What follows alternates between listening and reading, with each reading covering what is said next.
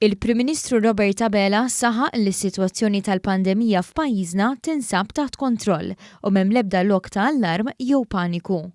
Huwa qal dan f'konferenza tal-aħbarijiet f'Kastilja, l-għada li laqgħa ta' sittijat bejn il-Gvern u l-imsieħba soċjali fih dan l-MCESD waslet għal qbil fuq ħafna punti diskussi. Il-Prim Ministru qal li l-laqgħa kienet pożittiva ferm, imsejsa fuq dialogu u fi spirtu li jintlaħaq ftehim. Fil-fatt kien hemm kunsens fuq il-miżuri li ġew proposti mis-Supretendent tas-Saħħa Pubblika il-Professur Xarmin Gawċi, b'riserva waħda mill-Assoċjazzjoni Medika Maltija dwar it-tiġijiet. Dr. Abela fakkar li n-numru ta' infezzjonijiet f'Malta żdied bħalma żdied f'pajjiżi oħra, iżda ma żdieditx ir-rata ta' każijiet serji fl-isptar. Qal li bil-miżuri mħabbra fl-aħħar sigħat intlaħaq bilanċ bejn is-saħħa u l-ekonomija.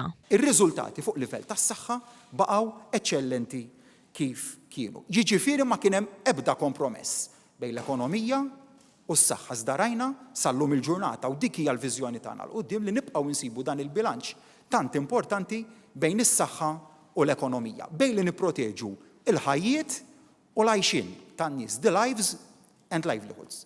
Robert Abela nnota li mindu reġa' fetaħ l-ajruport kien hawn aktar minn 200,000 moviment u mill-baħar bejn Malta u Sqallija aktar minn 22,000 moviment. Dan kien possibbli għaliex intlaħaq bilanċ bejn il-protezzjoni tas-saħħa tan-nies u l-qawmien mill-ġdid tal-ekonomija. Fakkar li fl-aħħar xhur 450 familja li kienu bla xogħol sabu impjieg, medja ta' 7 familji kuljum. Robert Abela qal li realtà hi li jista' jkollna vaċċin fi ftit xhur u jista' ma jkollniex. Għaldaqstant irid ikollna strateġija sostenibbli f'dik li ddeskriva bħala maratona li jaf ma tispiċċa qatt. Nagħmel dan l-appell għal kawtela, jiġifieri m'hemmx attitudni tax-xejn mhu xejn. Dik l-attitudni mhijiex waħda li hija rakkomandata f'dan il-mument. Anzi għandna warbuha fil-ġemp. Mill-banda l-oħra, ejja ma mmorrux f'estremitajiet illi ngħidu ġejja katastrofi, ġejja traċedja fuq pajjiżna. Mhuwiex il-każ. Il-Prim Ministru saħaq li l-paċi industrijali hija kruċjali biex inżommu l-ekonomija ta' pajjiżna b'saħħitha, bħalma huwa daqstant importanti l-qasam tas-saħħa li ma jistax jiġi paralizzat b'azzjonijiet industrijali. Huwa kellu appell ċar għall-Assoċjazzjoni Medika Maltija. L-Assoċjazzjoni Medika qalet 4 mass events. Aħna għadna b'mod ġenerali mass events ma jsirux l-llum, l-għada u laqqas il-qudiem sakemm l-affarijiet ma jinbidlux. L-Assoċjazzjoni Medika ma qaltilniex fuq il-kwistjoni tal-maskli l-ilbis ta' maskra obbligatorja, fuq il-miżuri l-oħrajn kienet is-Soprintendent tas-Saħħa Pubblika u għamilnihom li laħqet numru ta' miżuri biex jibbilanċjaw. U mxejna u għaldaqstant nagħmel dan l-appell ejja naslu fi ftehim u nimxu quddiem. Il-Prim Ministru qal li l-Union tal-Infermiera u l-Qwiebel l-MUMN irtirat minnu fih l-azzjonijiet industrijali wara l-laqgħa tal-ħamis. L-Assoċjazzjoni Medika Maltija qalet li se żomm id-direttivi, iżda aktar tard il-ġimgħa fi stqarrija ħabbret li mit-tnejn li ġej se tissospendi uħud mid-direttivi tagħha. Il-mam spjegat li mit-tnejn li ġej fit-8 ta' filgħodu se tkompli bl-operazzjonijiet u interventi kirurġiċi, imma se tħalli d-direttivi fid-Dipartiment tal-Outpatients.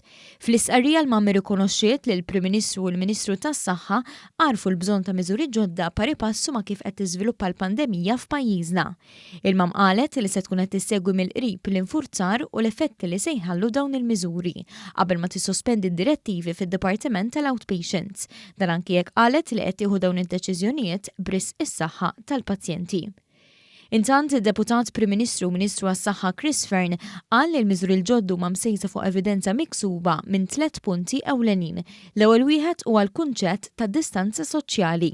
Il-mod kif il-COVID, kif il-coronavirus tittieħed minn persuna l-oħra hija dik li la droplet infection, ġifieri tar żgħar tabżi li ma jwassalx aktar minn 6 metri u allura jekk inti tkun il-bot minn persuna oħra ta' 6 metri il-riskju li tieħu dak il-virus huwa żgħir ħafna. It-tieni punt li fuq ġew imsejsa l-miżuri huwa dak ta' iżjed testijiet u biex dan isir il-ġimgħa d-dieħla se jiżdiedu żewġ ċentri ġodda lit-testjar apparti dawk eżistenti f'Ħalluqa f'Pembroke, fl-Isptar Mater Dei u fix-Xewkija f'Għawdex. Irridu niżolaw il dawk il-persuni li jkunu pożittivi, allura rridu nagħmlu ħafna testijiet biex nsibuhom fi stadju kmieni u mbagħad la darba nsibuhom niżolaw lilhom u naraw min kien madwarhom insibuh nittestjaw u nżommuhom fi kwarantina wkoll. Dak li ngħidulu contact tracing. Chris Fearn saħaq li n-nies vulnerabbli jridu jiġu protetti. nieħdu ħsieb il-minu vulnerabbli. Għax nafu illi dan il-mikrobu